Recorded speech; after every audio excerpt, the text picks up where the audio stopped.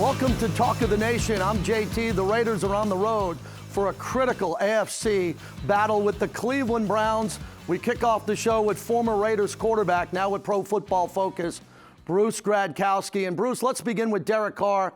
He's playing at a high level again, year 3 with Coach Gruden. Let's talk about his growth and how he's feeling in this offense. Yeah, he's definitely playing with a lot of confidence, and it helps continuing to be in the same system with him and John Gruden. Look, Carr's got all the ability, right? The physical tools to make every throw on the field. He's athletic enough to scramble around and make plays. And look, the Raiders also have the 6th highest graded receiving core for us at PFF. So they're fun to watch, and I definitely enjoy watching them. There's a lot of heat on this defense in this building and around the league, but offenses are way up around the league. Where did all the defenses go this year, Bruce, as you're doing your numbers and your analytics here? What happened to defense in this league? Man, well, look, they had the COVID offseason, so they've been sitting back on their couch. And I think it's a lot about communication, being at the right spot at the right time. And that's what defense is, not getting out of your assignment, not getting out of your gap, being in the right spot at the right time. But offenses, man, too much power, too much speed, too much of this RPOs, quick game, play action pass. I mean, you're throwing the ball all over the field, and that's hard for defenses to keep up with and stop. But it's fun for us as fans to watch. And that's why I love watching the Raiders and Derek Carr and those guys sling it around, because all the weapons he has outside as well. I love what you're doing at Pro Football Focus, and more sports teams are going with spreadsheets. 4th down attempts are way up. We just saw the World Series, and Blake Snell was removed from that game. I don't think, Bruce, you would have walked out and took the ball from him. No, I mean, look, I think analytics to a point, but the main point of it is to gather as much information as you can and then make an educated decision. And as a coach, as a player, you have to feel the momentum, the pulse of your team, where you're at in the moment. And at that point in the World Series, man, you just let them play. I mean, gosh, you can rest the arm the rest of the offseason and we'll figure it out from there. But, it was crazy to see, but everyone has a reason for doing things. But I love where this is going, because I do think it makes sense as far as matchup analytics with also just your ability to gather more information. And that's what it is, because at the end of the day, the more information you have, the better decision you can make. And I think that's what we provide at PFF. And it's also fun to work there. I'm watching all this film. I'm grading every single pass every weekend. So I'm seeing a lot of cool concepts, a lot of good football being played, and it's fun. You've obviously embraced these analytics. Do you think every coach is doing that, or only the young coaches, or some of the older coaches in the league understanding that they have to embrace this, or at least have some people on the staff who are going to look at these spreadsheets and numbers heading into every game? I think more and more organizations are getting into it. And like I said, it's to gather more information. You have someone on staff that maybe handles all of it. And when you talk about going for it on 4th downs, it's just upping your chances, right? The percentages of, if you're going to get this 4th down, you just upped your chances that much more to win this football game.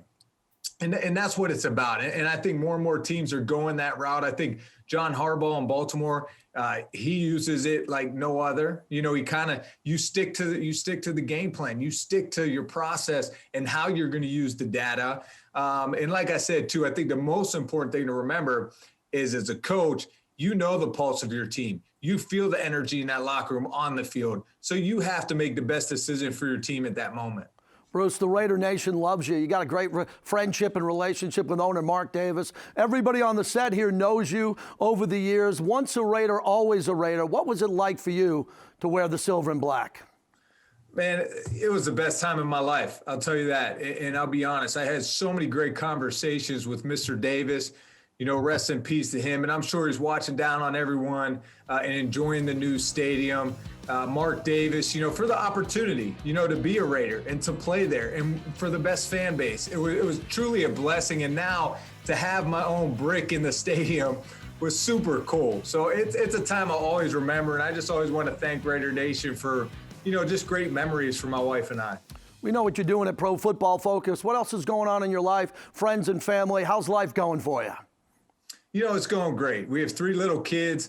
Lily's 7. Romans 5, and Lincoln's 3. So hopefully I have two future quarterbacks. They might be linebackers. You never know, JT. I mean, defense, I want them flying around hitting people. But it's fun. Lily's all into dance and Barbies and all that. I might have to dress up for Halloween and put a wig on and play with her. So it's fun. I'm staying busy, with Pro Football Focus, grading every pass every weekend, and NFL radio shows during the week. So it's fun staying busy, miss being on the field, but I love staying around the game. You're doing a fantastic job. It's so great to talk to you. Thanks for doing this. Coming up next on Talk of the Nation, Usama Young joins us as we continue. This has been brought to you by Allegiant, the official airline of the Las Vegas Raiders. Low fares, nonstop flights. Book now, only at Allegiant.com. Cox, proud partner of the Las Vegas Raiders. Coors Light, an official beer of Raider Nation made to chill. Presented by San Manuel Casino, official Southern California casino of Allegiant Stadium. Welcome back to Talk of the Nation. Joining us is former Raiders defensive back and Super Bowl champion Usama Young. And Usama, great to talk with you again. And let's begin with your role with the NFL, helping players with life after football. Man, thanks for having me. It's always a pleasure. I'm working in player engagement, manager and player engagement and relations. We've got 4 pillars that we support players in. That's continuing education, professional development, personal development, and I actually had the financial literacy pillar. So it's all around. It's a robust program.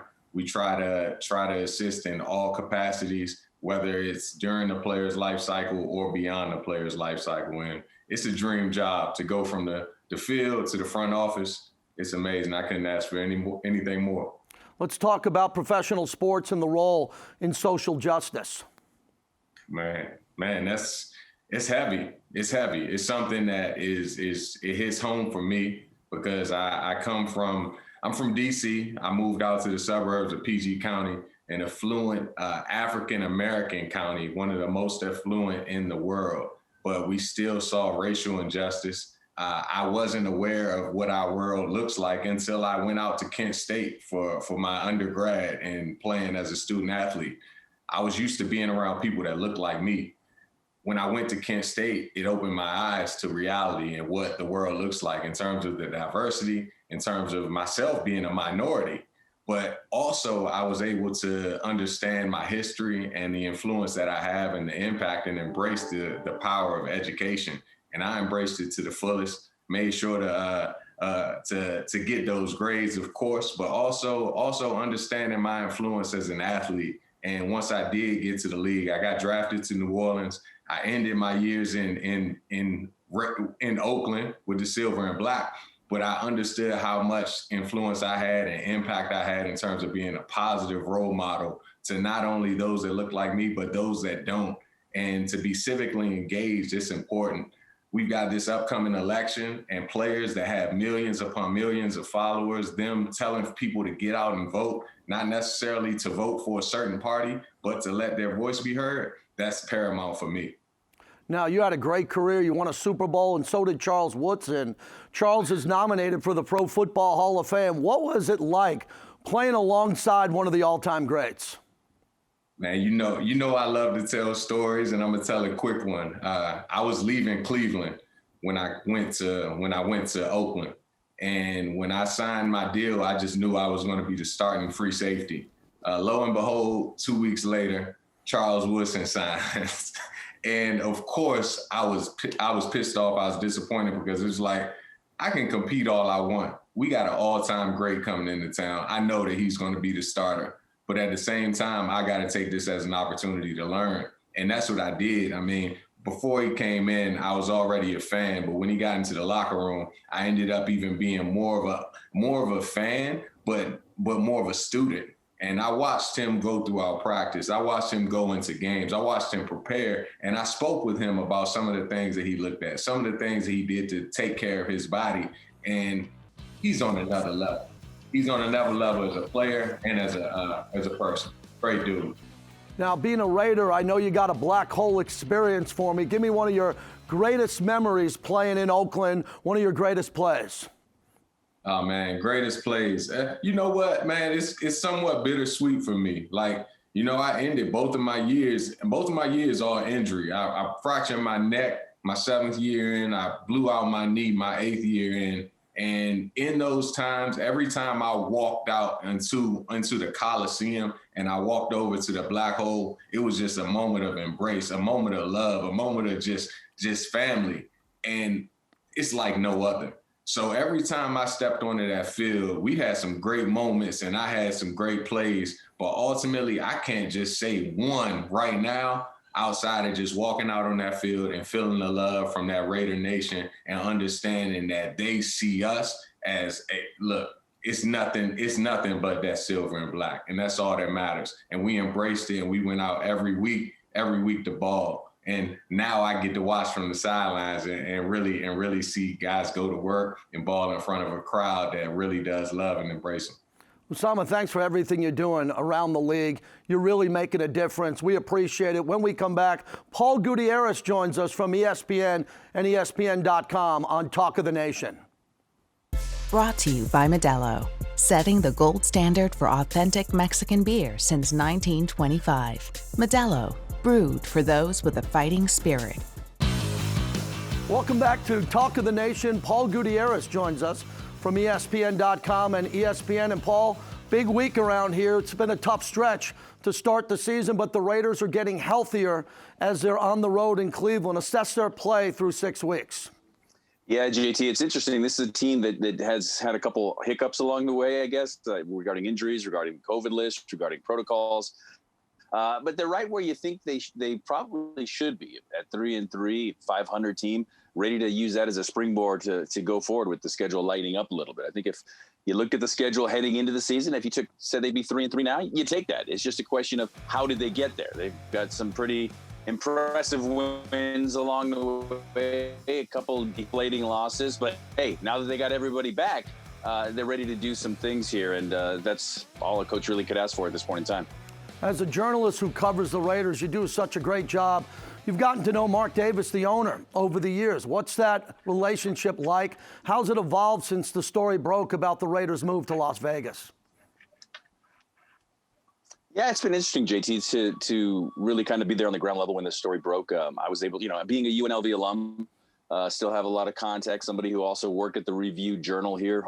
And I look at the calendar, I'm like, wait a minute, 20 years ago I worked here? Yeah, so it's been interesting to watch this whole thing happen, because I'm still old enough to remember, and I'm sure you are too, JT, that when the NFL wouldn't even allow, Las Vegas to advertise during the Super Bowl. And now all of a sudden there's a franchise here, not just any franchise, but a flagship type franchise with the history that the Raiders have. So the relationship with Mark Davis has been really, it's grown through the years, obviously, and to be able to talk to him.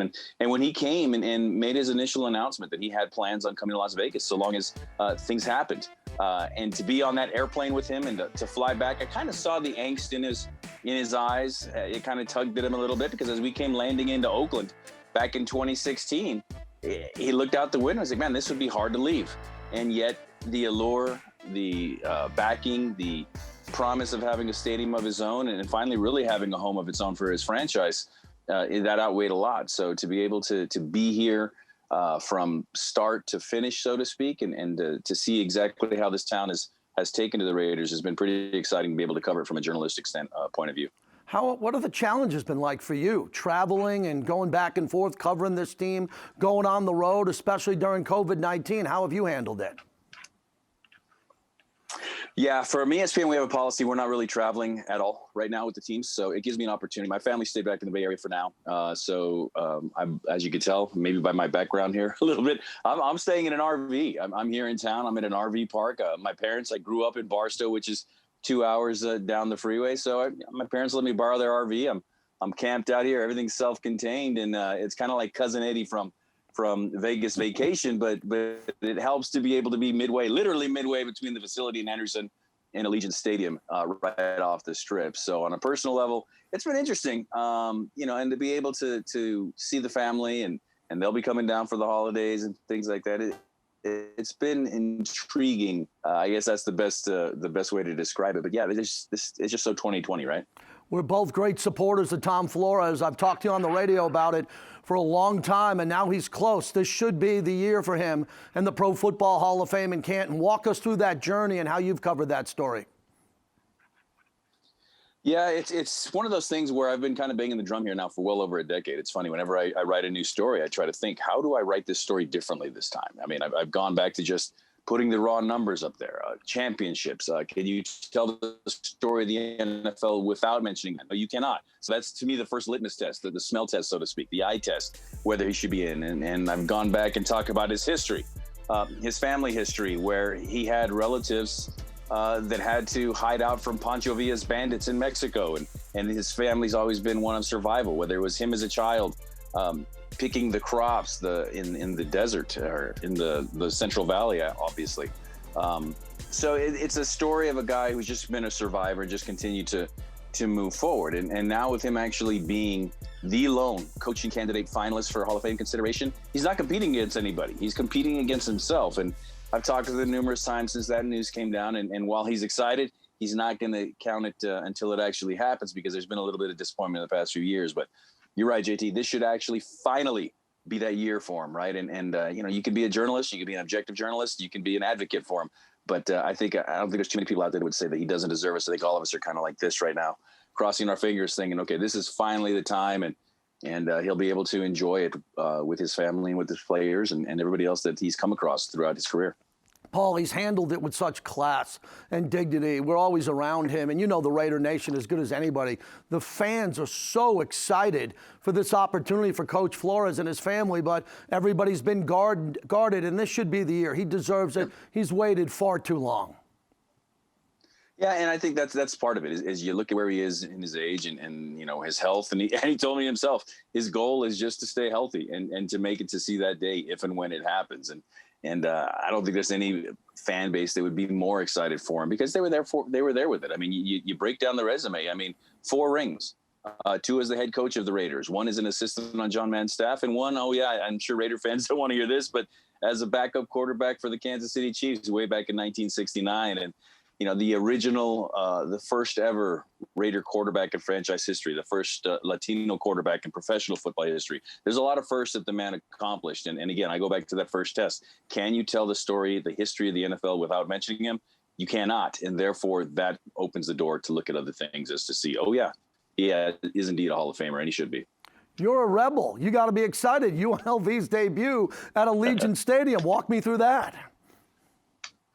Yeah, it's going to be fun, I think, for the Rebels. That I'm again a student back in the late '80s, early '90s, coming to Rebel games all the time and going way out there to Sam Boyd Stadium, where there's not a lot of things out there. Now they get their own stadium. They're co-tenants, they're neighbors with the Raiders at Allegiant Stadium.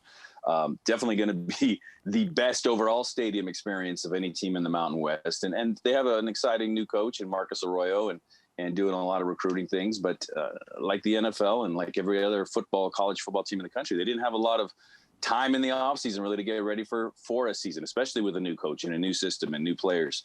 So, this game they're playing, they're going to actually let 2,000 fans into the stadium. And those tickets were swiped up within an hour, I'm told, by season ticket holders who had first dibs on them. And a lot of them, they're going to socially space them out. Only 2,000 people in a 65,000 seat stadium. So that's going to be interesting. But it'll be the first 2,000 fans led inside Allegiant Stadium, because the Raiders, as we know, decided to not let fans in. And even if you have 2,000 fans for an NFL game, I don't know if there's going to be much of a difference there. But it's going to be exciting for those fans to get in there and to see exactly what the stadium is all about, what the Raiders help bring to this community, and how UNLV, through an active partnership, can also benefit from it. Thanks, Paul. Continued success. When we come back, my final thoughts on Talk of the Nation. Coors Light, an official beer of Raider Nation, made to chill. Welcome back to Talk of the Nation. As we wrap it up, the next 3 out of 4 games are pivotal for the Silver and Black in the AFC West, as the Raiders are in Cleveland. And this is a really important stretch for the Raiders to get going again. This team started off 2-0. They know what it's like to win and build momentum. And now they got to do it again. And this is a big test, as the AFC West is showing up on the schedule. I'm excited because Jonathan Abram returns. the alpha dog of this defense. The Raiders haven't had a player like this on the back end since Charles Woodson, a player that can bring the pace, bring the energy, and bring that type of alpha dog mentality that the Raiders are really excited about going forward. With the return of Jonathan Abram and several other players, the Raiders are set to go on a run. And this defense was called out this week. It was called out in the building. It was called out by the media. And they know they got to start flying around again, make plays, do what they did early in the season, and just up their game. And if they can do that, it'll open up the offense for Derek Carr, John Gruden calling plays, and I expect the Raiders to start rolling right now as they're in Cleveland, and then they get ready for the Chargers the following week. For everyone at Silver and Black Productions, I'm JT. Go Raiders on the road in Cleveland. This has been brought to you by Allegiant, the official airline of the Las Vegas Raiders. Low fares, nonstop flights. Book now, only at Allegiant.com. Coca-Cola, the official soft drink of the Las Vegas Raiders. Brought to you by Credit One Bank, the official credit card of the Raiders. Cox, proud partner of the Las Vegas Raiders.